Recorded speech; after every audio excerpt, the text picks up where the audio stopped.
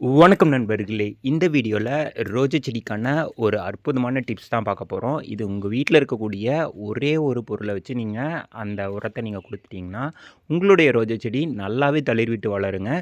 தளிர் விடல அப்படின்னு சொல்றவங்க தாராளமா இந்த டிப்ஸ ட்ரை பண்ணி பாருங்க. தளிர் நெறையவே வர ஆரம்பிக்கும். அதுக்கப்புறம் நம்ம குடுக்கக்கூடிய ஒவ்வொரு உரங்களுக்கும் நமக்கு நல்லாவே மொட்டுக்கள் வச்சு, பூக்களும் நல்லா அழகா பூக்கறதுக்கு இது வழிவகுத்து தரும். நம்ம சேனல்ல போடக்கூடிய ஒவ்வொரு வீடியோவும், நம்ம வீட்டு கிச்சன்ல வேஸ்ட் ஆகக்கூடிய பொருள எப்படி நம்ம செடிகளுக்கு, நம்முடைய ரோஜா செடிகளுக்கும், மற்ற செடிகளுக்கும் உரமாக்கலாம் அப்படிங்கிற மாதிரியான வீடியோஸ் தான் இருக்கு. அதனால நம்ம சேனல சப்ஸ்கிரைப் பண்ணலைன்னா சப்ஸ்கிரைப் பண்ணிக்கங்க. நீங்களும் நான் சொல்ற முறையில நீங்க பின்பற்றி உங்களுடைய செடிகளுக்கு உரங்கள் குடுத்து பாருங்க. நல்லாவே பூக்கள் பூக்கும். சரி, நம்ம வீட்ல பூத்திருக்கக்கூடிய பூக்கள பறிச்சுட்டு, அதுக்கப்புறம் நம்ம டிப்ஸ பாத்துரலாம். இப்போ பாருங்க, இந்த வீடியோல பார்த்ததெல்லாம் இன்னைக்கு எங்களுடைய ரோஜா செடியில இருக்கக்கூடிய பூக்கள். இப்போ இந்த செடியில பாருங்க, இது ஓரளவுக்கு பட்டன் சைஸ்ல இருக்கக்கூடிய ரெட் ரோஸ் தான். இப்போ இத வந்து நம்ம கட் பண்ணிடலாம்.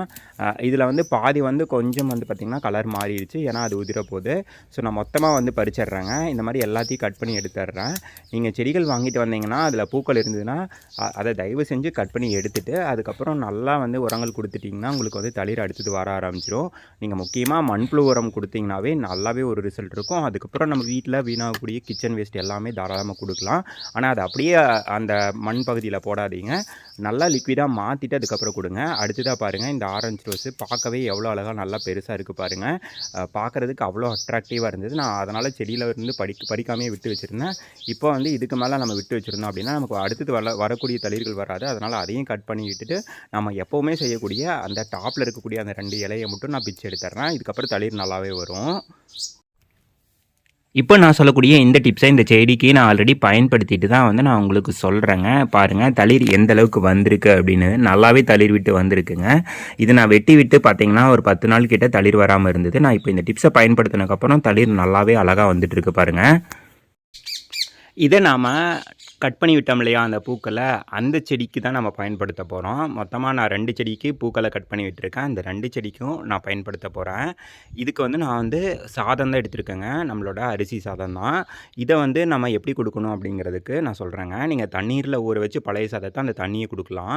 அப்படி இல்லைன்னா நான் சொல்கிற மாதிரி வந்து இந்த ரோஜா செடிக்கு பக்கத்தில் கீழே வந்து பார்த்திங்கன்னா சுற்றியும் இந்த மாதிரி கிளறி விட்டுருங்க. கிளறி விட்டுட்டு, அதாவது கிளறினா வந்து ஒரு குழி மாதிரி எடுத்துக்கோங்க சுற்றியும். இந்த சாதத்தை வந்து நம்ம இதில் போட்டு கவர் பண்ண போகிறோம். எப்போவுமே ரோஜா செடிக்கு பக்கத்தில் எந்த ஒரு களை செடிகள் இல்லாத மாதிரி பார்த்துக்குங்க.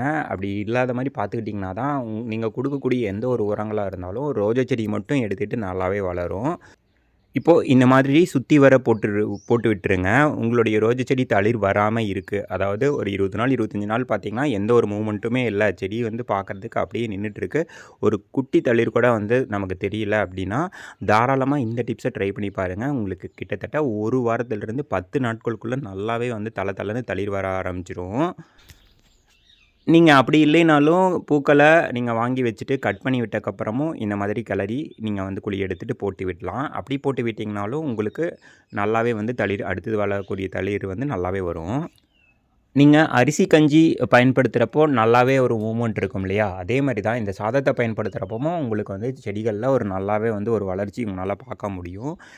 இதில் என்ன ஒரு பிரச்சனை அப்படின்னா, நீங்கள் இந்த மாதிரி சாதத்தை போடுறப்போ வந்து பார்த்திங்கன்னா, ஏதாவது அணில், எலி அந்த மாதிரி வந்து பறிக்கிறதுக்கான சான்சஸ் அதிகமாக இருக்குது. பூனை கூட பறிக்கிறதுக்கு சான்சஸ் இருக்குது. அதுக்கு நீங்கள் என்ன பண்ணலாம் அப்படின்னா, நான் இன்றைக்கி என்ன பண்ணுறேன் அப்படின்னா, நான் மீன் அமிலம் பயன்படுத்த போகிறேன். நீங்கள் என்ன பண்ணலாம் அப்படின்னா, வேப்பம் புண்ணாக்கு லைட்டாக எடுத்து மேலே தூவி விட்டுருங்க.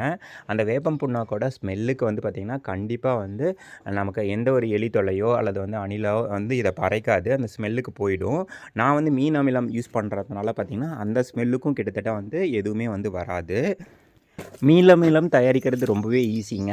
உங்கள் தெருவில் பக்கத்தில் அந்த மீன் விற்கிறாங்க இல்லையா, அவங்ககிட்டருந்து கழிவுகள், மீன் கழிவுகள் ஃப்ரீயாகவே எடுத்து தருவாங்க. அது கூட வந்து நீங்கள் நாட்டு சர்க்கரை அல்ல வெல்லம் வந்து ஈக்குவல் ரேஷியோவில் கலந்துட்டு நீங்கள் ஒரு 20-25 நாள் வச்சுருந்தீங்கன்னா சூப்பரான மீன் அமிலம் ரெடி ஆயிரும்.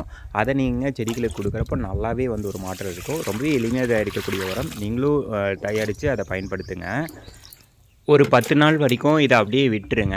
அதுக்கப்புறம் நீங்கள் செடியை நல்லா கிளறி விட்டுட்டீங்க அப்படின்னிங்கன்னா ஈவனாக எல்லா பகுதியிலையும் கலந்துரும். நீங்கள் ஒரு 10 நாள்லேயே நீங்கள் தளிரை வந்து பார்க்க முடியும், தளிர் வரல அப்படின்னா. அவ்வளோதாங்க இந்த வீடியோ. அதுக்கப்புறம் இன்னும் சில பூக்கள் வந்து எங்கள் வீட்டில் இருக்கக்கூடிய பூக்களை நீங்கள் இப்போ பூத்துட்டு இருக்கக்கூடிய பூக்களை வந்து பார்க்குறீங்க. இந்த ஸ்ட்ராபெரி செடி இதுவுமே நல்லா வந்துட்டுருக்கு. செவந்தி செடியும் நல்லா சூப்பராக பூத்துருக்கு. அவ்வளோதாங்க இந்த வீடியோ. இந்த வீடியோ உங்களுக்கு பிடிச்சிருக்குன்னு நினைக்கிறேன். நம்ம சேனலை சப்ஸ்கிரைப் பண்ணிக்கங்க. இது போல் நிறையா ரோஸ் டிப்ஸை அடுத்தடுத்த வீடியோவில் பார்ப்போம். நன்றி, வணக்கம்.